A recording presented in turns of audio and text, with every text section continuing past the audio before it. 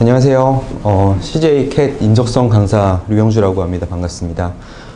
아마 여러분들이 이 영상을 보게 될 시점이 아마 대부분이 서류 전형이 통과하고 아마 시험이 한 1주나 한 2주 정도 사이 남았을 때 정도에 이제 그 CJ 인적성 준비를 시작한다고 생각되거든요.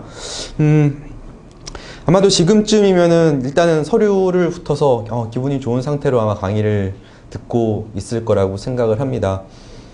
최근에 점점점 취업이 힘들어지면서 과거 몇 년 전까지만 해도 인적성을 쉽게 보고 그 다음 전형을 되게 좀 중요시 하는 경향이 있었거든요. 근데 최근 보면은 인적성 기회 한 번 한 번도 굉장히 소중해 하더라고요. 보니까 아마 여러분도 많이 느끼실 거예요. 아마 인적성을 볼 수 있는 기회를 주는 회사가 점점 줄고 있다는 걸 여러분도 느끼실 거고요.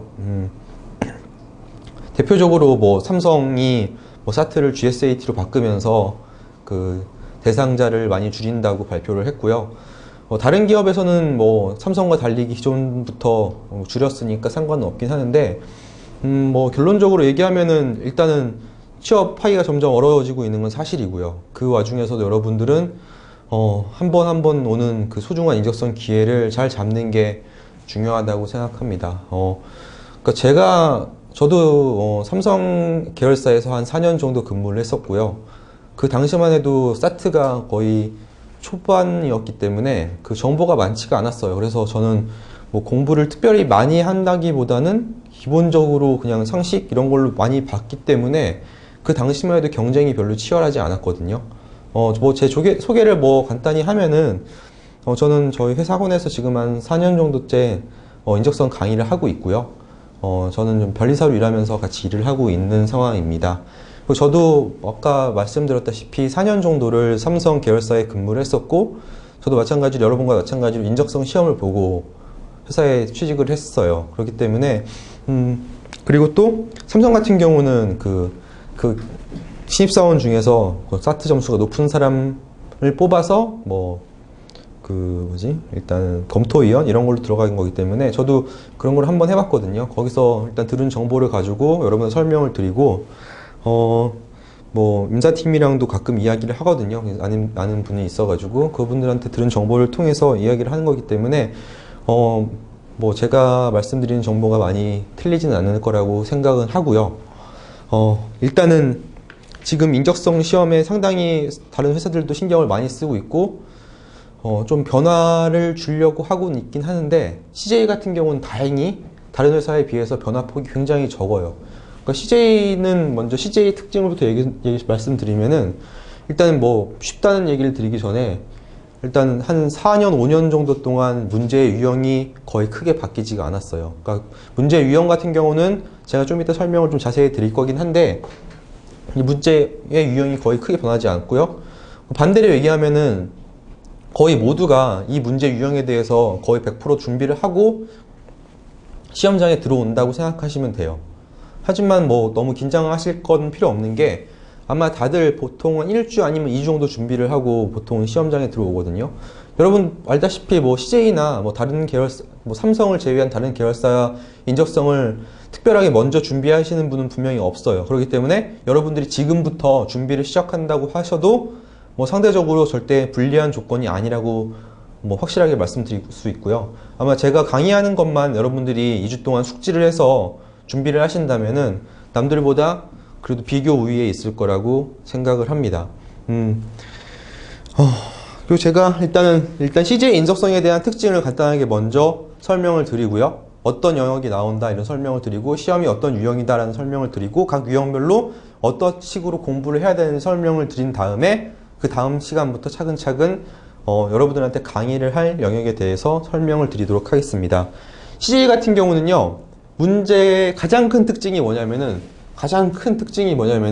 일단은 문제 유형을 이렇게 구분하긴 했지만요, 시간이 나눠지지가 않았어요. 그러니까 한 번에 다 보거든요. 적성을 먼저 한 번 다 보고요. 적성이 통합이에요.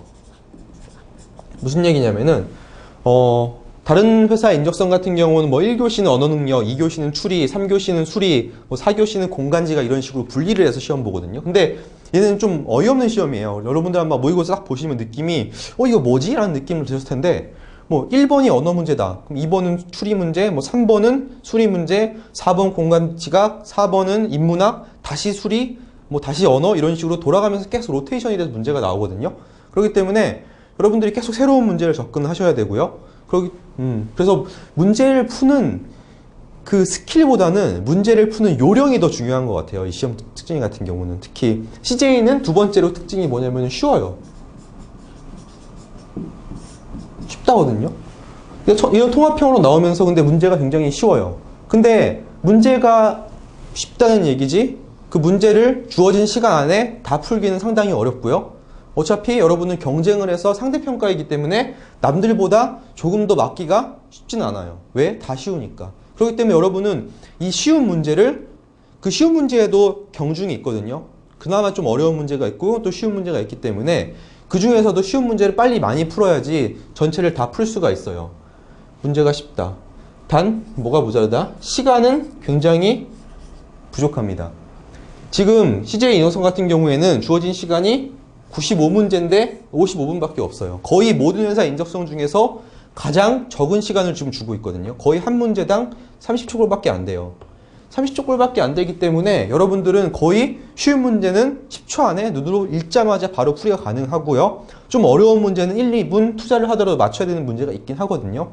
그러면요, 그 시간 분배를 어떻게 할 것인지가 CJ가 가장 중요한 부분이에요. CJ에 있어서. 그러니까 여러분들은 단지 문제가 쉽다고 해서 방심해야 될 게 아니라 그 문제를 어떻게 내가 접근을 해야 되는지 전략을 잘 세워야 됩니다. 그 전략에 대해서는요, 제가 좀 이따 다시 자세히 설명을 드릴 거고요. 일단 간단하게 먼저 설명을 드리는 거예요. 그 네 번째는 뭐냐면요, 유형이 거의 안 바뀌고 있어요. 거의 안 바뀌고 있어요. 아까 방금 설명드렸지만요. 거의 이 문제가 쭉 되고요. 최근에 추가된 게 뭐냐면 1년 전쯤에 추가된 게 그 인문학적 소양을 물어보는 인문학이었어요. 근데 제일 처음에는 이게 인문학이 들어온다고 하니까 다들 거의 인문학 이꼬르 역사 이렇게 해가지고 역사 공부만 주구장창 했었거든요.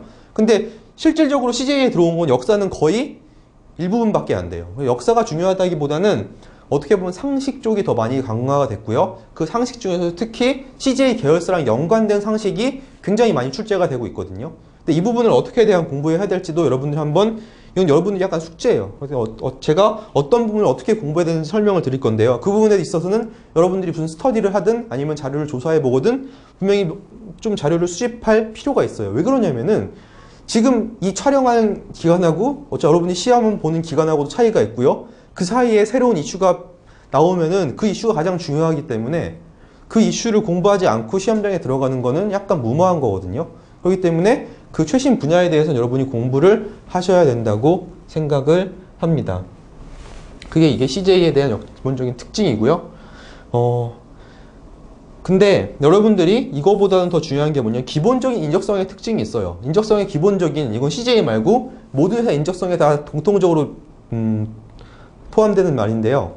일단은 여러분들이 약간 이거랑 중복되는 거 있긴 한데 시간 관리가 굉장히 중요합니다. 여러분들이 아마 인적성을 처음에 공부하면서 가장 큰 게 부딪히는 게 뭐냐면은 그 정답률과 시간과의 상관관계를 전혀 고민하지 않고 문제를 풀거든요. 무슨 얘기냐면은 여러분들이 가장 많이 본 객관식 시험 문제가 수능이에요. 근데 아마 지금 이거 CJ 캣을 보는 여러분들이 대학교에 들어갔을 때 아마 수능이 굉장히 쉽게 출제되는 경향이 있었을 때였을 거예요. 그래서 뭐 한 개 틀리면 뭐 1등급에서 안 되고 뭐 두세 개 틀리면 등급이 또 바뀌고 막 세네 개 틀리면은 그 한 과목 때문에 대학을 못 가는 그런 상태가 벌어졌거든요. 그렇기 때문에 아마 여러분들은 고등학교 3년 내내 굉장히 정확하게 푸는 연습을 하셨고요. 또 그런 연습을 어디서 하셨냐면요. 토익 공부하면서 그렇게 하셨을 거예요. 토익도 여러분 다 뭐 800점은 다 넘어야 되고 뭐 900점을 넘기 위해서 노력을 하시는데 900점 맞기 위해서 어떻게 해야 되죠? 뭐 RC나 LC 같은 경우는 거의 틀리면 안 되고요. LC도 뭐 10개 이내에 막 틀려야지 뭐 어떻게 해볼 만 하잖아요. 그렇기 때문에 굉장히 여러분들은 시간보다는 정답률에 대해서 고민을 많이 하고 항상 어떻게 하면 이 문제를 맞출 수 있을까 이런 고민을 더 많이 하거든요. 근데 절대 인적성은요. 그렇게 공부해서는 절대 안 돼요. 뭐냐면은 인적성은 적당한 시간에 적당한 문제를 푸는 연습을 하는 거거든요. 그러니까 여러분들은 문제를 풀면서 보자마자 이 문제를 내가 풀까 말까라는 고민을 하지 않고 접근을 하거든요. 근데 인적성 같은 경우는 오히려 문제를 푸는 것보다 문제가 안 풀릴 것 같은 문제가 있으면은 좀 약간의 시간을, 최소한의 시간을 투자해서 그 문제를 포기하는 게 실력이에요. 특히 쉬운 인적성 같은 경우는. 왜? 지금 이게 95문제라고 했는데요. 보통 몇 문제 정도 맞은 사람이 합격을 했을까요? 한 95문제에서 좀 잘 맞히는 분들은 보통 70에서 80문제 정도를 맞히시거든요. 풀고 맞히고 하셔요. 이번에 보니까. 근데 생각해 보면은 이 시간 안에 그 문제 푸는 사람들 이렇게 많지 않아요. 풀기가 쉽지가 않아요. 많기는 하겠죠. 쉽지가 않거든요. 무슨 얘기냐면은 일단 다 푸셔야 돼요. 근데 잘 생각을 해보시면은 CJ는 기존에, 그러니까 GSAT 말고 사트랑 특징이 좀 다르거든요. 사트는 제가 강의를 할 때 무슨 얘기를 하냐면요. 여러분, 사트는 굉장히 잘 봐야 되는 시험입니다. 이렇게 얘기해요. 특히 이공계 분들은 여기서 10명 중에 한 3명밖에 못 붙고요. 특히 인문계 분들 10명 중에 1명밖에 못 붙는 시험이기 때문에 지금 여기서 앉아 계시는 분 중에서 한 이 정도 합격하면 굉장히 많이 붙는 거예요. 이렇게 하고 강의를 하고 시작을 해요. 하지만 여러분들은 CJ는 다르거든요. 왜 다르냐면요. 잘 보여요. 여러분들은 벌써 1단계 서류 전형을 통과하신 분들이고요. 아마 지금 적게는 3배수, 많게는 5배수까지 뽑거든요. 그럼 매년 바뀌기 때문에 제가 뭐라고 픽스를 못해요. 그리고 계열사마다 조금 다르기 때문에 뭐라고 말씀은 못 드리지만 굉장히 높은 확률로 여러분들은 이걸 통과할 수가 있어요. 아마 지금 3대1 정도면 될걸요. 3대1 정도. 그러니까 평균보다 살짝 높게 정도 맞으면은 인적성은 통과할 수가 있는 거예요. 그러면은요, 여러분들 약간 고민을 해보셔야 돼요. 내가 이 시험이 과연 잘 봐야 되는 시험인지 아니면은 못 보지 않으면 되는 시험인지에 대해서 고민을 해봐야 되는데, 왜? 그 두 개가 달라질 때마다 여러분 전략이 달라지거든요. 항상 여러분들은 뭔가를 접근할 때 이걸 내가 어떻게 전략을 세울까라는 거를 명심을 좀 생각을 하고 접근을 하셔야 되는데, 자, 이거는 다시 말씀드리지만은 여러분은 중간만 좀 넘으면 붙는 시험이거든요. 그러면은요, 중간을 좀 넘기 위해서는 여러분들의 얼마 정도의 공부가 필요할까요? 잘 생각을 해보세요. 여러분들이 아마 알다시피 이런 분포 보면은 가운데 이렇게 뭐 올려있단 말이에요. 여기서 한두 문제만 차이 나면은요, 자기 퍼센테이지는 확 뒤로 밀리거나 아니면 확 앞으로 갈 수 있는 기회가 있거든요. 그래서 여러분들은 지금 저랑 같이 공부를 하는 게 굉장히 중요할 거예요. 왜? 내가 여기서 한두 문제만 더 내가 원래는 강의를 안 들었을 때 못 풀 수 있는 문제를 한두 문제, 많으면 막 세네 문제만 더 맞춰도 여러분들의 등수는 팍 올라가거든요. 그리고 그게 뭐예요? 붙냐 안 붙냐를 가로지는 경기에서 왔다 갔다 하는 경향이 있단 말이에요. 그죠? 물론 CJ 같은 경우는 그 서류 전형을 점수화 시켜가지고 플러스 알파로 점수를 매긴다는 얘기가 있고요. 그래가지고 좀 못 본 사람도 붙은 경우가 있고 잘 봐도 떨어지는 경우가 있다고 하지만 여러분들은 그 점수를 여러분이 알지 못하잖아요. 그렇기 때문에 지금 일단은 이런 적성 점수에서 최대한 많은 점수를 받기 위해서 노력을 해야 되고요. 하지만 다행인 거는 여기서 우리는 이 테일까지 갈 필요는 없어요. 왜? 사트 같은 경우는 이 테일까지 영역 가야지 여러분들이 붙을 수가 있거든요. 왜? 그건 잘 봐야 되는 시험이거든요. 10명 중에 1명 붙는데 잘 봐야 되잖아요. 하지만 CJ 인적성 같은 경우는 어때요? 이쯤만 넘어가면 붙는 점수이기 때문에 여기만 살짝 필요하면 되는 거예요. 여러분들은 너무 완벽하게 준비하려고 하지 마시고요. 빨리 내가 점수를 올릴 수 있는 거에서 한두 개씩만 더 맞아도 나는 붙을 수 있다는 확신을 가지고 2주만 공부하시면은요, 분명히 붙을 수 있는 점수로 오를 거라고 제가 확신합니다. 아마 제 강의를 마지막까지 듣고 하면은요, 아마 이런 식으로 공부하면 점수가 올릴 수 있겠다는 확신이 분명히 들을 거예요. 그러면은요, 그 부분만 열심히 공부하시면은요, 분명히 통과할 수 있으니까 자신감을 갖고 공부해 주시기 바랍니다. 예, 그게 일반 인적성의 특징이에요. 뭐 말하는 거예요? 시간이에요. 시간이 곧 점수거든요. 제가 수업 시간에 계속 강조를 할 거예요. 이런 거는 몇 초 만에 풀어야 되고 몇 분 만에 풀어야 되고, 아니면은 포기하는 게 더 빠르다, 포기하는 것도 실력이다, 이런 얘기를 굉장히 많이 할 거거든요. 그러니까 이런 문제 풀지 마세요, 이런 얘기도 굉장히 많이 할 거예요. 그렇기 때문에 여러분들은 어떻게 하면은 전략적으로 접근할 수 있는지 분명히 고민을 좀 해보세요. 여러분들이 문제를 풀어서 몇 문제나 풀 수 있는지. 실제적으로 작년에 그 상반기 때, 2015년 상반기 기준으로 봤을 때 상당히 많은 분이 80문제 가까이 풀었거든요. 그리고 유형이 안 변한다고 했지만요, 한 가지 변한 게 있어요. 사실은 이번 분기 말고 저번 분기에 좀 크게 변화가 있는 게 뭐였냐면요, 그러니까 2번 전에 인문학적 소양을 묻는 문제가 추가되면서요. 이게 95분상이 110문제로 늘었었어요. 그거 저번에 다시 이게 95문제로 줄었거든요. 그래서 전체적으로 좀 다른 부분에 한두 문제씩 줄어가지고 110문제가 다시 95문제로 바뀌고 시간은 50분에서 55분으로 좀 늘었어요. 원래 60분까지 갔다가 다시 50분으로 간 게 아니라 55분으로 갔거든요. 그래서 약간의 더 난이도는 높아졌을 수도 있어요. 기존에 한 2년 전보다는. 하지만 기본적으로 30초밖에 안 주어지는 시험이고 문제는 절대 어렵게 안 나온다. 이걸 명심하시고요. 이게 캐시고요. 그리고 그러니까 이건 적성검사죠. 그러면 그 다음에 인성검사가 있는데 인성검사는 제가 여러분들한테 지금 이 자리에서 간단하게 한번 팁이나 어떻게 하면 되는지에 대해서 설명을 드릴게요. 이건 가장 궁금한 게 뭐냐면요. 많이 물어보는 게 뭐냐면 이거 어떻게 점수화 시키죠? 이런 질문을 굉장히 많이 받거든요. 인성문제 여러분 뭔지 아시죠? 뭐 상사가 A 상자가 뭐 시키고 그 B 상자가 뭐 시켰을 때 나는 무엇을 해야 됩니까? 이런 문제가 있고요. 아니면은 나는 가끔 가다가 밤에 이상한 게 보인다. 막 이런 거 물어본단 말이에요. 그리고 뭐 250문항인데 뭐 1번에서는 뭐 A라는 걸로 골랐는데 비슷한 문제에서는 B라고 고른다. 그러면 그 사람은 뭐가 떨어지는 거예요? 진실성이 떨어지는 거잖아요. 그렇기 때문에 그런 걸 평가하는 문제이기 때문에 250문항인데 40분밖에 안 줘요. 그렇기 때문에 여러분들이 아마 내가 앞에서 뭘 골랐는지 기억이 안 나요. 그렇기 때문에 한 문제를 가지고 거짓말을 하면 절대 안 되거든요. 그럼 결론적으로 가장 좋은 게 뭐냐면요. 여러분들이 솔직하게 대답하는 게 굉장히 중요해요. 왜 그러냐면은 어떻게 점수화 시키냐면 이거거든요. 이렇게 있으면은 특이한 사람 골라내서 특이한 사람을 제끼는 거예요. 그러니까 좀 이상하다는 사람을 제끼는 게 이거의 목적이기 때문에 무슨 또라이 질량 보존의 법칙 이런 거 있잖아요. 무슨 어디 가나 또라이는 있다. 근데 저도 삼성 다니면서 느껴온 게 뭐냐면요. 굉장히 튀는 사람이 별로 없어요. 그러니까 뭐 이렇게 다른 기업도 마찬가지지만 회사 내에는 이렇게 이상한 사람이 별로 많지 않거든요. 그 이유가 뭐냐면은 이런 인성검사도 보고 면접도 보고 하는 과정에서 특이한 사람 좀 걸러내지기 때문에 그런 건데 여러분들이 그 특이한 사람 안에 포함되지 않으면 되는 거예요. 근데 반대로 얘기하면은 나는 좀 특이하다 이런 분도 있을 거예요. 평소에 나는 좀 나한테 좀 너는 좀 뭔가 특이한 것 같아. 많은 친구들이 있는데 뭐 그렇다고 취업을 포기할 수는 없잖아요. 그죠? 그래서 그 사람도 들어는 가야 되는데 간단한 노하우가 있는데 뭐냐면은 내 친구 중에서 좀 멀쩡한 애들 있잖아요. 딱 봐도 누가 봐도 좀 괜찮은 애.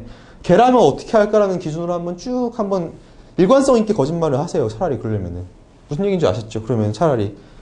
그죠? 그러니까 자기가 그 문제 하나마다 이게 좋은 것 같아. 이게 좋은 것 같아. 하다 보면은 자꾸 거짓말을 할 수밖에 없거든요. 왜 일관성이 없어지니까. 그 문제를 그렇게 돼요. 일관성이 없게 만들어지게, 헷갈리게, 아리까리하게 해서 자꾸 나를 흔들거든요. 자기를. 근데 그런 거가 있을 때 그냥 나는 우직하게 먼저 거짓말을 하지 않는다. 대원칙을 지키고 두 번째로 내가 좀 이상한 것 같다. 그러면 좀 뭔가 좀 자기가만의 롤모델이 된 사람을 먼저 상상을 떠올리고 그 사람이라면 어떻게 할까 이런 식으로 한번 해보세요. 그러면은요 아마 여기서 튀는 결론은 나오지 않을 거예요. 요즘 되게 코미디 같은 일이 되게 많은데 요즘에 무슨 인성검사 자격증까지 나오고 있거든요. 아마 뉴스에 보서 한번 봤을 거예요. 근데 이거는 자격이라고 할 수 있는 건 아니고요. 그냥 여러분들이 평소에 그냥 준비하시면은 되는 부분입니다. 전혀 걱정할 필요 없고요. 뭐 시중에서 보면은 뭐 책에 이거 모의고사도 있는 책이 있거든요. 근데 그거는 제가 봤을 때는 필요 없고 그냥 인터넷에서 한번 인성검사 한번 쭉 보시고 어떤 식으로 문제가 나오는지 한번 유형만 파악하시고 들어가시면은 충분할 거라고 생각해요. 그리고 거의 모든 회사 인성은 거의 비슷하거든요. 그렇기 때문에 뭐 내가 다른 회사에서 인성을 본 적이 한 번이라도 있다 그러면은 아마 똑같은 문제가 유형이 나올 거고요. 여기는 그게 크게 신경을 쓰진 않아요. 이런 데만 들지 않으면 된다. 이렇게 생각하시면 됩니다. 다시 이제 CJ 캣으로 넘어갈게요. 이제 넘어가도록 하겠습니다. 크게 5가지 유형이 있거든요.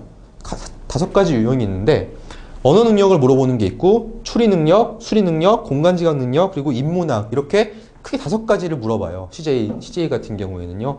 그 중에서 그 비중을 많이 차지하는 거는 요 3가지고요.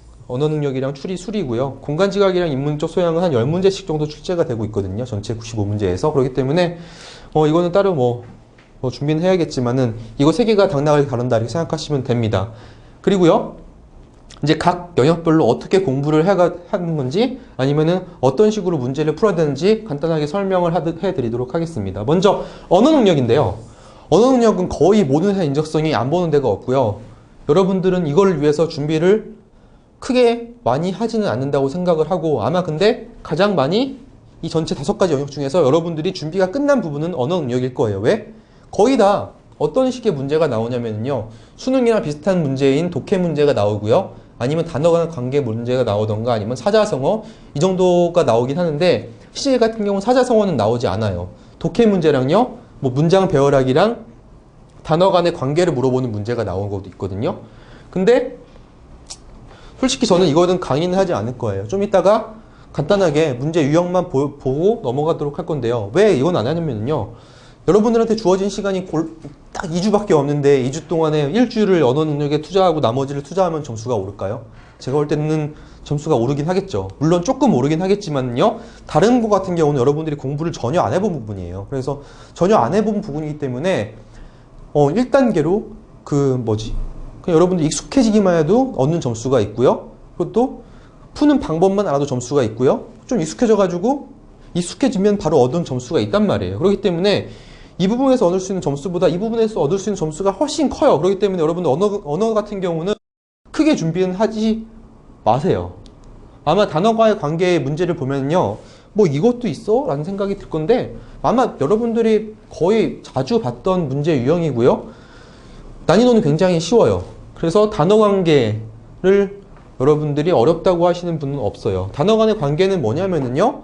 뭐 A라는 관계가 단어가 있고요. B라는 관계가 있고요. C, D가 있는데 이렇게 블랭크가 쳐져 있죠. 그래서 A, B가 유의어면은요. C가 주어지고요. 그러면은요. D도 C의 유의어를 골라야 되는 문제. 이런 식의 문제가 나오기 때문에 실제로 그러면은 중요한 게 뭐냐면요. 이 단어 간의 관계는 몇 초 만에 풀어야 될까요? 진짜 문제를 읽는 순간 답이 나와야 되는 문제예요. 대표적으로 시간을 벌어야 되는 문제이기 때문에 제가 권유하는 시간은 여러분한테 10초입니다. 10초. 문제를 딱 읽고 답을 찍어야 되고요. 만약에 10초, 20초가 지났는데 답을 모르겠다 싶으면요. 그냥 넘어가세요. 그럼 여기서 넘어간다는 거에 정의를 한번 다시 내려볼게요. 또 가장 많이 들어오는 질문 중에 하나, 두 번째가 뭐냐면요. 찍을까요? 이거예요. 찍을까요? 문제 모르는 거 있으면 찍을까요?인데요. 다시 한번 설명을 드릴게요. 이 시험은요. 잘 봐야 되는 시험이에요. 못 보면 안 되는 시험이에요. 그냥 못 보지만 않으면 되는 시험이거든요. 그렇기 때문에 제가 볼 때는 찍는 거는 여러분한테 권유드리지는 않습니다. 오지선다거든요. 찍어서 맞을 확률이 5분의 1밖에 안 돼요. 그리고 모든 회사 인적성은 두 가지를 같이 보는 경향이 있어요. 첫 번째는요. 정답률이고요. 두 번째는요. 푼 개수예요. 그죠? 그렇기 때문에 괜히 여러분들 찍기만 하면은 뭐가 낮아져요? 정답률이 낮아진단 말이에요. 그렇기 때문에 풀 수가 없는 문제는 과감하게 찍기보다는 넘어가세요. 단 2대1 찍기는 말고. 2대1 찍기 뭔지 아시죠? 보기 3개는 제꼈는데 2개 중에 하나가 답인 것 같다. 이런 문제 같은 경우는 뭐 찍는 것도 나쁘지 않겠지만요. 그 넘어가는 것부터는 안 찍는다 생각하고 들어가시면 됩니다. 그리고 답이 안 보인다. 그럼 재빨리 넘어가세요. 이런 데에서 뭐 1분을 투자했다. 그래서 나는 그래도 답을 체크하고 넘어갔는데 그 1분을 풀었었다는 얘기는요. 여러분들이 그 문제에 대한 확신이 전혀 없다는 상태예요. 근데 1분이라는 시간을 여기다 투자하는 건요. 미친 짓이거든요. 왜? 이 문제 평균 몇 초라고요? 30초 내에 풀어야 돼요. 그러니까 이 문제가 10문제가 나오는데 얘한테서 벌 수 있는 시간이 몇 초예요? 얘를 10초 만에 풀면은요. 한 3, 4분 정도 벌 수 있단 말이에요. 그 3, 4분을 어디다 투자해야 되냐면은 뭐 응용 계산이나 언어 추리 이쪽에다 투자를 해가지고 맞춰야 되는 문제거든요. 그렇기 때문에 여기서는 시간을 벌어오는 데고 여기는 시간을 쓰는 데다 이렇게 생각하시면 됩니다. 그렇기 때문에 이거는 절대 오래 문제를 붙잡으면 안 돼요. 그리고 두 번째 문장의 배열인데요. 문장의 배열은 먼저 아실 거예요. 보기 문장 A, B, C, D를 준 다음에 또는 문장이 아니라 문단일 수도 있어요. 문단 A, B, C, D를 준 다음에 그 순서를 찾아라 이런 문제거든요. 아마 여러분들이 이 글을 읽는 습관이 조금이라도 들었으면은 이 문제는 쉽게 풀 수가 있어요. 뭐만 주교해서 보시면 될까요? 문장이 뭘로 시작하는지, 뭐 그러나, 그런데, 그리고 이런 식으로 뭘로 시작하는지를 유심히 본 다음에 문제를 배열을 하는 습관을 한번 여러분들 연습을 하시고요. 이 문장 배열 같은 경우는 어떤 걸 중요시해서 봐야 되냐면은 보기를 중요시해서 봐야 돼요. 보기를 먼저 보시고 보기에 공통되는 게 있을 거 아니에요. 그럼 걔가 맞을 확률이 높으니까 그걸 위주로 보면은 답이 나와요. 무슨 얘기인지 아셨죠? 그리고 이거는 인적성 전체적인 룰인데 수능 같은 경우에는 문제가 배열이 막 섞여 있죠. 그리고 보기도 막 섞여 있는데 보통 여러분들은 1, 2, 3, 4, 5 있으면 뭐 먼저 보세요? 1번부터 보고 마지막에 5번 보잖아요. 근데 대부분의 문제는 문제를 낼 때 이렇게 내거든요. 얘가 답이면은 이 앞쪽에다가 뭘 놓고 싶냐면은 출제자는요. 얘가 답이면은 답과 제일 유사한 애를 문제 앞쪽에 배치하고 싶어요. 왜? 답 뒤에 배치하면 이걸 읽어요? 안 읽어요? 안 읽잖아요. 그렇기 때문에 아마 문제를 출제하는 사람 입장에서는 항상 문제는 어떻게 푼다? 5번에서 1번으로 푸는 연습하세요. 왜? 그게 굉장히 중요해요. 왜? 웬만하면 답을 뒤에 갖다 놓고 싶거든요. 저도 근데 출제를 많이 해서 알겠지만요. 1번에다 답 놓기 굉장히 싫어요. 왜? 1번에 답 놓는 순간 나의 노력 2, 3, 4, 5번이 날아가잖아요. 되게 기분 나쁘거든요. 출제자도. 이것도 봐줬으면 좋겠는데 너네가 헷갈렸으면 좋겠는데 라고 생각을 해서 문제를 냈는데 1번에 답이 있다. 그러면 좀 짜증나거든요. 이런 식으로 또 이렇게 뭐 답이 뭐 10, 20, 20, 30, 40 이렇게 무슨 숫자를 보고 푸는 문제가 아니라 1번 읽고 쓰고 틀린 것을 고르시오 아니면 옳지 않은 걸 고르시오 이런 문제 같은 경우는 항상 5번에서부터 1번으로 푸는 거를 추천드립니다. 뭐 이거는 아마 다들 그렇게 푸신다고 생각을 하고요.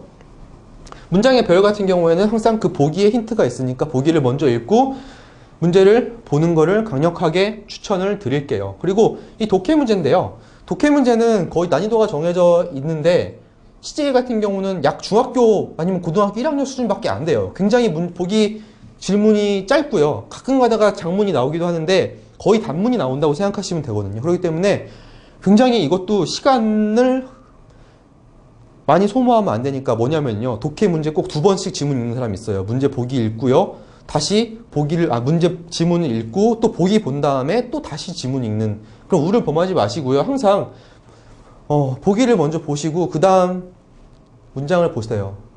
그게 문제를 푸는 가장 빠른 방법이라고 생각을 하고요.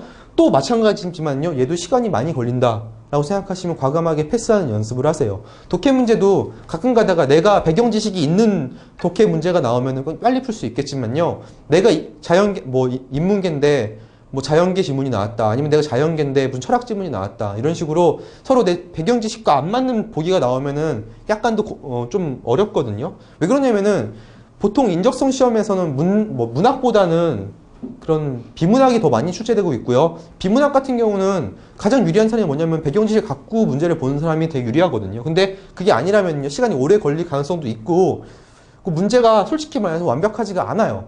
수능 문제 같은 경우는 문제 오류 한 문제 있어도 난리가 나지만요. 아마 이런 인적성 문제 같은 경우는 아마 95문제 중에서 제 생각에는 오류 있는 문제가 적어도 한 3문제는 포함되어 있을걸요? 그렇기 때문에 문제 이상한 것 같아 하면은 그 문제를 내가 고치려고 하지 마시고 그냥 패스하세요. 여러분들은 시험을 붙는 게 목적이지 문제를 분석하는 게 목적이 아닙니다. 그렇기 때문에 그렇게 넘어가는 것도 중요하다고 생각하고요. 독해 같은 경우도 그러는 지문의 오류 같은 경우도 분명히 있거든요. 하지만 넘어가세요. 그거를 추천을 드리고요. 그래서 이거는 수업을 하지 않고 이 정도만 하고 나중에 한번 문제 어떻게 생겼는지 잠깐 보고만 넘어갈게요. 그리고요. 추리거든요. 추리 같은 경우가 CJ에서 굉장히 그래도 꽤 문제의 포션을 많이 차지하는 건데요. 수추리랑 언어 추리가 나와요. 수추리 같은 경우는요. 제가 이번 강의를 듣는 자리에서 끝내줄 테니까 너무 걱정하지 마시고요. 수추리에다가는 굉장히 시간을 많이 투자할 필요가 없고요. 어떻게 푸는지만 노하우만 알면 충분해요. 그렇기 때문에 이거는 그냥 넘어간다고 생각하시고요. 그리고 팁은 뭐다? 모두 다 수업 시간에도 말하겠지만요. 절대 얘도 시간을 오래 쓰면 안 돼요. 절대 30초 아니면 20초 내에 문제를 풀고 넘어가야지 그 이상의 시간을 투자한다고 틀린 문제가 맞고 맞는 문제가 틀리는 게 아니거든요. 특히 조심해야 될 게 누구냐면요. 나는 수학에 자신이 있다 이런 사람 있잖아요. 그런 사람들은 괜히 이 문제만 보면 오기를 발동시켜요. 내가 이 문제 못 풀 리가 없어. 그러면서 괜히 한 문제 갖고 5분, 10분 잡아가지고 망하는 사람 있거든요. 그런 우를 범하지 마시고요. 빨리빨리 포기하는 연습이 가장 중요한 게 제가 볼 때 수출이에요. 그래서 이거 꼭 연습하시고요. 그 다음 언어 추리거든요. 언어 추리 같은 경우가 진짜 인적성에서 양대 산맥을 진짜 양대 산맥. 산맥이라는 게 뭐냐면은 가장 중요하다고 생각하는 영역 중에 하나고 실제적으로 변별력이 가장 크게 나는 부분이 뭐냐면은요. 이 언어 추리랑 이 응용 계산이에요. 응용 계산 자료 해석이에요. 이 두 가지 영역 같은 경우가 인적성의 꽃이라고 할 수 있거든요. 거의 모든 회사 인적성에서 이 언어 추리랑 자료 해석은요. 빠지지 않고 출제가 되고 있고요. 그리고 점점 그 비중이 더 커지고 있어요. 그죠? 그렇기 때문에 이 두 개 같은 경우는 여러분들이 포기하면 안 되고요. 삼성이나 다른 회사 같은 경우도 막 그 유형이 빠질 때도 있고 들어올 때도 있잖아요. 근데 이 언어 추리랑 자료 해석은 점점 그 비중이 늘어나고 있어요. 왜? 좀 이거 좀 그렇게 하는데, 여러분들도 이런 평가 시험을 통해서 평가를 받고 회사에 입사하지만요, 회사에 있는 뭐요? 사원을 뽑는 시스템도 계속 평가를 받고 있거든요. 왜? 이런 시스템으로 사원을 뽑았는데 별로 마음에 안 든다. 이런 시스템으로 사원을 뽑았는데 괜찮다. 이런 게 있어요. 어떤 식으로 평가를 받냐면요, 주로 여러분들이 그러니까 입학이 아니죠. 입사 점수가 있을 거 아니에요. 그러면요, 그 잘된 평가는 뭐냐면은, 입사 점수가 높은 사람이 고가가 높으면 어때요? 그건 잘된 시스템이라고 할 수 있죠. 근데 입사 점수가 높은 사람인데 고가가 안 좋아요. 그러면은 그 시스템은요, 채용 시스템은 잘 된 건가요? 아니란 말이에요. 그래서 매번 채용 시스템은 계속 전환을 하는 게 뭐냐면은, 이런 점수와 나중에 한 대리 달 때쯤에 고가랑 계속 비교를 해본단 말이에요. 그래서 좋은 시스템 같은 경우는 계속 유지 발전시키고 필요 없는 시스템은 줄여요. 대표적으로 뭐가 있었냐면요, 한때 영어 면접이 굉장히 유행한 적이 있어요. 저도 영어 면접을 보고 입사 시험을 봤는데, 그때 6명이 들어갔는데 영어 잘하는 사람이 1명밖에 없었고 나머지는 다 버벅버벅 했는데, 저도 버벅버벅 하다가 붙긴 했지만, 실제적으로 그 영어 점수 높은 사람이 고과가 좋았냐? 그건 아니었거든요. 그냥 영어는 잘할 뿐이죠. 어차피 회사 들어가서 영어는 잘하는 사람 유리하긴 하지만요, 영어 잘하는 사람 일 잘하는 건 절대 아니거든요. 어차피, 그죠? 그 사람들의 판단력이라든가 아니면 그 사람이 얼마나 성실한지 이런 게 중요하기 때문에 별로 그게 상관이 없었단 말이에요. 그래서 삼성 같은 경우도 영어 면접을 옛날에 봤다가 지금 없앴죠. 그리고 다 뭘로 바꿨어요? 뭐 영어 스피킹 시험 이런 걸로 바꾸고 있잖아요. 근데 그것도 요즘에 좀 별로 필요 없는 거 아니냐 이런 얘기가 나오고 있어가지고 또 다른 걸로 전환하려고 하잖아요. 그렇게 많이 바뀌는 이유는 뭐냐면요, 그 점수 높은 사람이 고과가 안 좋기 때문이에요. 아마 그 점수 높은 사람들이 고과가 좋았으면요, 그거는 계속 더 커졌을 거예요. 영어 면접이 필수, 면접 1, 영어 면접 2, 막 이런 식으로 더 발전했을 거란 말이에요. 하지만 안 그렇죠. 이유가 뭐냐면요, 이거 두 개는 엄청 중요해지고 있지만 그거 두 개는 어떻다? 점점 비중이 작아지고 있죠. 영어 면접이라든가 아니면은 이런 공간 지각 능력도 좀 줄고 있는 추세거든요. 공간 지각이랑 무슨 응용 계산 같은 경우는 좀 줄고 있어요. 포지션이 줄고 있지만요, 이거 두 개는 늘고 있는 추세다. 이렇게 알면 되고요. 굉장히 중요하다. 그리고 언어 추리 같은 경우에는요, 가장 여러분들이 생소한 부분일 거예요. 그죠? 뭐 판단하시오. 옛날에 언제 나왔었냐면은 무슨 IQ 테스트 할 때 이런 문제, 비슷한 문제가 나오기도 했어요. 그래서 이런 얘기 제일 많이 들었을 거예요. 무슨 인적성을 공부를 하고 따로 스터디를 하고 학원을 다니느냐, 그냥 매춘 문제 유형만 보고 가면 되는 거 아니냐. 일종의 맞는 부분도 있어요. 하지만요, 안 맞는 부분이 있거든요. 이 자료 해석이랑요, 언어 추리 상태는요, 그냥 공부 안 하고 가면은요, 확실한 거는 남들보다 손해보는 거예요. 그렇기 때문에 저도 강의하는 입장에서 솔직히 강의를 하면서 전혀 부끄럽지 않거든요. 내가 이렇게 떳떳하게 이거 분명히 이것만 여러분한테 이것만 알려드리면은 왠지 저 친구가 붙을 수 있을 것 같아 라는 생각을 저도 하고 있고요. 그리고 실제 제 수업을 들었던 많은 분들이 이쪽 부분에서 분명히 많은 도움을 얻어갔다 이런 얘기를 하거든요. 그렇기 때문에 분명히 공부를 하면은 성적이 오르는 부분이에요. 그렇기 때문에 여러분들이 공부하시고 들어가는 걸 추천드리고요. 언어 추리 같은 경우도 이것도 그냥 막 나오는 문제가 아니에요. 이것도 뿌리가 있고 족보가 있는 애거든요. 족보가 뭐냐면요, 시작은 미국에서 푸는 그 로스쿨 시험 입시 문제가 거의 이거였거든요. 그리고 지금 우리나라 리트 있죠. 리트 문제 뭐 나와요? 언어 추리랑 독해예요. 이거 두 과목만 잘 보면 여러분 변호사 될 수 있어요. 물론 학점이 좋아야겠지만 학점만 좋고 뭐 그러면은 변호사 될 수 있단 말이에요. 그죠? 근데 왜 변호사 시험을 보는데 이 언어 추리를 볼까? 이유가 뭐예요? 일반적으로 미국에서 해보니까 판단력 좋고, 이런 사람들이 판단력이 좋고 판단력 좋은 사람들이 변호사 활동을 잘하니까 이게 들어간 거예요. 기본적으로 언어 능력이 좀 뛰어나고, 그죠? 그런 사람이 변호사 하는 게 좋잖아요. 판단력 좋고 말 잘하고 글 잘 쓰는 사람, 딱 그런 사람을 뽑으려는 게 목적이거든요. 근데 얘가 담당하는 게 뭐예요? 판단력이에요. 기업이 필요한 사람이 뭐예요? 판단력이 좋은 사람이거든요. 그래서 이거 굉장히 중요한 부분이에요. 그리고 푸는 방법이 정해져 있거든요. 그렇기 때문에 막 연습하지 마시고 제가 설명드리는 그 방법대로 연습을 하시는 게 굉장히 중요하다, 이런 말씀을 드리고 싶고요. 그 다음에 수리 능력인데요. 수리 능력은 자료 해석과 응용 계산, 이게 두 가지로 나눌 수가 있는데요. 응용 계산 먼저 설명드릴게요. 응용 계산 같은 경우는 중학교 수학이에요. 중학교 수학이고요. 정말로 쉬워요. CJ 같은 경우는 절대 어려운 게 안 나오고요. 작년에 문제가 저 마지막 시험, 그러니까 2015년 상반기 때 문제 유형이 살짝 바뀌었어요. 그 뭐냐면요. 처음으로 소금물 문제가 안 나왔어요. 처음이었어요.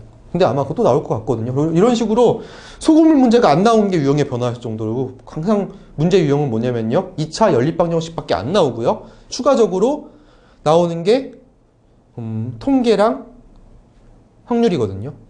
그러니까 이 세 가지, 딱 2차 연립방정식, 통계, 확률, 이 세 가지만 공부하시면요 거의 끝났다고 보시면 돼요. 그리고 또 반대로 얘기하면 통계랑 확률은 같은 영역이라고 볼 수도 있으니까 딱 두 가지만 공부하시면 돼요. 2차 연립방정식, 확률. 이 두 가지만 공부하시면 전체 영역의 80%가 커버가 돼요. 이런 얘기를 제가 왜 말씀드리냐면요. 이런 질문이 굉장히 많아요. 저는요, 수포자예요. 수학이랑 완전 진짜 하나도 안 친한데 어떻게 해야 될까요? 정석 다시 봐야 되나요? 이런 질문 굉장히 많이 받거든요. 근데 반대로 말씀드리면요. 수포자면은요, 일을 벌리지 마세요. 오히려요. 중학교 3년, 고등학교 3년 내 수포자의 길 걸으신 분들이 단 몇 주 만에 갱생이 될까요? 절대 안 되거든요. 그럼 여러분, 내가 수포자다. 그럼 전략을 어떻게 세워야 될까요? 일단은 이 영역에서 남들하고 점수 차이를 최소한 적게 벌리는 걸 목표로 해야 되는 거지, 이거 남들보다 잘하는 걸 목표로 하는 건 안 되죠. 말도 안 되죠, 그거는. 그죠? 그럼 여러분은 어떻게 해야 될까요? 가장 많이 나오는 영역 있죠. 2차 연립방정식이라든가 확률 쪽만 주구장창 팔면 되는 거예요. 그리고요, 제 책에서 보면은요, 다른 회사 인적성 책보다 진짜 그 문제의 양이 거의 2배, 3배 정도 많거든요. 그렇기 때문에 제 교재만 봐도 장담하는데 똑같은 문제가 많이 나올 거라고 생각을 하고요. 이 영역에서 벗어나진 절대 않을 거예요. 그러니까 그냥 저를 믿고 그 부분만 열심히 파세요. 거기서 안 나오는 문제는요, 여러분 어차피 능력 바뀌고요. 다른 사람들 준비할 필요가 없다고 생각하거든요. 진짜 그렇기 때문에 딱 거기만 공부하세요. 80%가 아니라 그냥 90에서 95% 정도 나와요. 거기서. 몇 문제죠? 10문제에서 11문제 정도 나오거든요. 이게 좀 줄었어요, 이거보다. 근데 11문제 정도 나오는데 생각해보세요. 한 문제 아니면 2문제가 이거 벗어나거든요. 근데 그걸 위해서 여러분들이 일을 벌릴 필요는 절대 없거든요. 그렇기 때문에 이 교재에 나오는 부분만, 아니면 제가 강의하는 부분만 계속 공부를 하세요. 그러면은 충분히 많이 커버가 된다고 장담을 합니다. 그 문제의 자료 해석인데요. 자료 해석은 성인용 구몬 수학이에요. 기본적인 게 뭐냐면요. 숫자를 보고 이 지문을 판단하는 능력인데요. 어떻게 생각하시면 되냐면요. 일단은 계산을 빨리 할 줄 아셔야 되고요. 계산을 빨리, 그러니까 말 그대로 더하기, 빼기, 곱하기, 나누기를 빨리 하셔야 되는데, 그 빨리 한다는 거에는 한계가 있어요. 아무리 여러분이 빨리를 해도 세 자릿수 곱하기 세 자릿수 곱하기 세 자릿수 곱셈 이상은 여러분들이 할 수 없어요. 네 자릿수 곱하기 네 자릿수 해본 적 있나요? 해본 적도 없고요. 할 필요도 없어요. 그렇기 때문에 여러분들은 계산을 어떻게 하면 간단하게 할 수 있는지랑요, 어떤 식으로 문제를 접근할 건지 훨씬 중요하거든요. 그 두 가지 부분을 좀 열심히 공부를 하시면은요, 이 자료 해석도 충분히 점수가 많이 오를 수가 있다고 확신을 합니다. 그리고 이제 공간지각 능력인데요. 이거는 제가 마지막 시간에 이런 게 있어요 하고 잠깐 설명만 드리고 넘어갈 거예요. 왜 그러냐면은 저는 CJ가 요즘에 일을 안 한다고 생각하고 있거든요. 인사팀이. 가장 큰 근거가 뭐냐면은 이 공간지각 능력 문제를 안 바꾸고 있어요. 지금 거의 3, 4년째. 저 맨날 강의할 때마다 뭐라고 말씀드리냐면요. 제가 이거 강의를 하기는 하는데 솔직히 말해서 이번에 바뀔 수도 있을 것 같다. 바뀔 수도 있고 바뀌는 게 맞다. 그렇기 때문에 이 부분 같은 경우는 책에 있는 문제만 연습하지 마시고 다른 회사 인적성 그 공간지각이 어떻게 추진되는지 문제 유형만 보고 가라. 이런 얘기를 굉장히 많이 드렸어요. 그리고 지금도 그 얘기를 지금 드리고 있는 중이고요. 그처럼요, 문제를 바꾸기도 되게 쉬워요. 그리고 시중에 거의 모든 회사마다 동일한 문제의 공간지각 능력을 내는 회사도 없어요. 다 다른 문제 유형을 내고 있거든요. 그렇기 때문에 난 이 영역을 마스터해가지고 끝내겠어 라는 생각은 말도 안 되는 생각이고요. 그냥 이런 문제가 있을 때 어떻게 푸는지 전략을 세워서 가는 게 중요하고요. 다른 회사 인적성 문제도 한번 풀어보고 나만 이렇게 풀어야지 라고 이렇게 미리, 그러니까 들어가서 당황하지 않게 그 정도로 준비해 놓으면 충분하거든요. 책에 있는 문제만 열심히 풀어보시고요. 제가 이 문제는 솔직히 말해서 너무 많이 푸는 거는 그냥 책에 있는 문제만 많이 푸세요. 이렇게 더 이상의 연습은 나오면 좋긴 한데 문제가 너무 바뀌면은 그동안 노력한 게 완전 꽝이거든요. 이거는요. 그렇기 때문에 그러니까 여러 가지 문제를 어떻게 푸는지만 한번 확인해 보시고 들어가시면 충분하리라고 장담을 합니다. 뭐 이거는 됐고요. 여기서 실력 차이 거의 안 나거든요. 그렇기 때문에 그렇게 준비하시면 되고요. 약간의 이제 문제가 발생했죠. 인문학적 소양 능력을 보는 한국사 상식인데요. 처음 나왔어요. 처음 나왔는데 이거 어떻게 풀어야 되나. 두 번 나왔죠. 이게 두 번 출제가 됐거든요. 두 번 출제가 됐는데 첫 번째가 출제됐을 때는 어떤 경향이 있었냐면요. 그때는 인문학 하면 한국사 이런 이상한 등호가 성립된 시기였어요. 그래가지고 인문학이 출제된다 했더니 한국사만 나오나 해가지고 저도 문제를 출제할 때 10문제 중에서 6문제 한국사 출제하고 나머지 좀 이상한 거 넣고 막 그랬거든요. 출제할 때도. 근데 실제로 CJ에는 문제를 까봤더니 어떤 게 나왔냐면요. 한국사 문제는 나오긴 나왔어요. 한두 문제 정도. 거의 그냥. 근데 한두 문제를 위해서 여러분들이 공부를 하겠다. 이건 말도 안 되는 거고요. 아마 근데 한국사를 준비하신 분들도 계셨을 거예요. 왜 그러냐면은 삼성도 그렇고 현대도 그렇고 CJ도 그렇고 거의 대부분의 대기업들이 인문학적 상식 중에서 특히 한국사를 중요시하고 있거든요. 그렇기 때문에 이거는 아마 준비를 하신 분들이 있다고 생각을 하고요. 근데 그거는 지금 2주 동안은 준비 안 돼요. 딴 거 차라리 하시고요. 왜? 한두 문제거든요. 한두 문제인데 그거 맞출 수가 없어요. 불가능하기 때문에 포기하시고요. 그럼 내가 만약에 제가 CJ를 입사를 하기 위해서 준비를 하겠다. 그럼 어떤 것만 준비할 거냐면요. 명확해졌어요. 저번 시험에 의해서. 저번 시험에 CJ 인문학은 뭐가 나왔냐면요. 다 CJ랑 관련된 것만 나왔어요. 다는 아니고요. 한 다섯 문 정도가 CJ랑 관련된 게 나왔거든요. 예를 들어서 뭐냐면은요.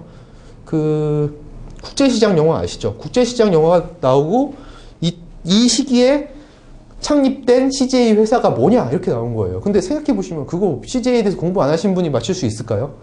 어림없거든요. 그래서 아마 CJ 계열사에 언제 창립됐는지 연도 아니면은 굵직굵직한 큰 거 있잖아요. 큰 사건이 일어나는 해 같은 경우는 좀 아셔야 되고요. 그리고 CJ가 지금 가장 여러분들이 CJ를 가고 싶어 하는 이유 중에 하나가 뭐예요? CJ 하면 딱 떠올리는 이미지가 뭐죠? 문화죠, 문화. 그죠? 문화가 TV, 영화 이쪽을 엔터테인 꽉 잡고 있잖아요. 그렇기 때문에 여러분들이 좋아하는 드라마나 영화 이런 거에 대해서 특히 CJ에서 배급한 영화라든가 아니면은 드라마라든가 아니면은 방송 프로 같은 경우 있으면은요. 너무 오래된 거 볼 필요 없어요. 최근에 나온 거 중에 히트 작품 있죠. 그 위주로 좀 공부하시면은요. 공부도 아니에요. 그냥 쭉 풀포만 보셔도 문제는 맞추는데 지장 없거든요. 그런 거는 무조건 공부하시고 들어가셔야 돼요. CJ 신제품, CJ 새로 나온 영화, CJ 새로 나온 드라마, CJ 새로 나온 예능 프로 이런 거는 한번 보시고 들어가면 아마 두 문제는 나올 거예요. 두 문제 정도는 분명히 나온다고 보는데요. 그래도 공부하는 시간이 이렇게 오래 걸리지 않으니까 여러분들이 따로 준비를 하셔야 돼요. 왜 그러냐면은 이거는 최신 트렌드가 있기 때문에 시험 보기 한 2주 전, 3주 전 그때 기준으로 나오는 거기 때문에 제가 지금 이거를 준비해주면은 다 늦어요. 그렇기 때문에 여러분들이 이거를 따로 준비를 하실 필요가 있다라고 생각하시고요. 또 하나는 뭐냐면요. 경제 경영 같은 경우는 미리 준비를 하셔야 돼요. 자, 이거 두 개만 빼서 다시 설명을 드릴게요. 한국사랑요. 경제 경영 같은 경우는요. 미리 공부를 하셨어야 돼요. 왜? 이거는 다 나오잖아요. 경제. 근데 만약에 지금 어떻게 공부할까? 이걸 혹시라도 나는 이걸 6개월 전에 보신 분이라든가 아니면 이번에 말고 다음 해를 노리시는 분이 있다면 이거 두 개 어떻게 공부하는지에 대해서 설명을 드릴게요. 먼저 한국사 같은 경우는요. 절대 공무원 시험 자료 같은 경우는 보지 마세요. 저도 한국사 시험 같은 경우를 준비한다고 공무원 시험 자료를 찾아봤는데요. 찾다가 그날 바로 반품했어요. 굉장히 지엽적인 거 물어보거든요. 근데 거의 모든 회 인적성 같은 경우는 지엽적인 거 물어보지 않아요. 어느 정도 지엽적이냐면요. 공무원 시험은요. 세종대왕 시절에 영의정으로 지내던 사람이 아닌 사람은 누구냐 이런 식으로 보거든요. 그때 영의정 누군지 다 알아야 돼요. 공무원 시험 9급이나 7급 준비하시려면요. 한번 물어보세요. 나는 저도 한국사를 되게 좋아한다고 생각하고 공무원 9급 시험, 공무원 시험 국사 문제를 폈는데요. 한 문제도 못 맞히겠어요. 다 지엽적인 문제밖에 없거든요. 근데 그런 문제 공부하는 게 아니고요. 이거는 굉장히 크게 봐야 되고요. 잘 나오는 시대가 있어요. 어느 시대가 잘 나올까요? 인적성. 거의 다 근현대사예요. 근현대사 쪽에서 굉장히 많이 나오고 있고요. 삼국시대, 고려시대 이거 안 나와요. 절대 안 나와요. 그러니까 근현대사 위주로 공부를 하시고요. 그것도 낮게 보지 마시고요. 최대한 높이 떠가지고 보실 필요가 있어요. 이거는요. 그리고 경제 경영인데요. 이거는요. 솔직히 말해서 몇 문제 안 나와요. 한 두세 문제 나오는데 이거는 무조건 깊게 공부를 하실 필요가 있어요. 왜요? 여러분 지금 어디 취업해요? 사기업 취업하죠. 사기업 왜 있어요? 돈 벌려고 있죠. 여러분들이 아마 취업하면은 모든 여러분들의 활동을 다 돈이랑 연관시킬 건데, 일단 이런 경제랑 경영 상식을 모르는 상태에서 취업을 했다. 이건 제가 볼 때 약간 미친 짓이라고 생각하고요. 또 두 번째로는요, 면접 볼 때 가장 중요한 게 이 경제 경영 상식이라고 생각하거든요. 역사 상식을 면접 시간에 물어볼까요? 그건 대학교 아니면 안 물어볼걸요? 그죠? 근데 아마 경제 경영 상식 같은 경우는요, 무조건 면접 때 물어볼 거란 말이에요. 그렇기 때문에 이거는요, 미리 공부할 필요가 있다라고 생각이 듭니다. 예, 됐고요. 다시 한번 짧게 한번 정리를 다시 한번 해볼게요. CJ 문제가 어떻다? 문제가 통합돼서 나온다. 되게 쉽다. 문제가 쉽다는 얘기지 여러분들이 푸기가 쉽다는 얘기는 절대 아니에요. 공부를 하셔야 됩니다. 쉬워도. 그리고요, 시간이 굉장히 중요합니다. 문제를 푸는 것도 중요하지만요, 어떻다고요? 포기하고 대충 풀고 막 지나가고 막 이런 게 훨씬 더 중요하거든요. 그러니까 여러분들이 솔직히 말해서 이 시험을요, 한 2시간 정도 여러분 3시간 정도 준 다음에 풀어봐 하면 여러분 거의 다 맞출 수 있어요. 다 맞출 수 있단 말이에요. 근데 문제는 왜 다 못 풀고 다 못 맞추죠? 시간이 부족하기 때문이거든요. 됐고요. 그리고요, 유형이 굉장히 정형화되어 있다 그랬죠. 반대로 얘기해서 연습하면은요, 굉장히 유리한 시험이에요. 그리고 반대로 또 얘기하면요, 아주 잘 볼 필요도 없기 때문에 남들보다 살짝만 잘 보면 되는 시험이에요. 그렇기 때문에 여러분들은 그 연습만 충분히 하셔도 여러분들은 CJ 인적성 분명히 통과할 수 있습니다.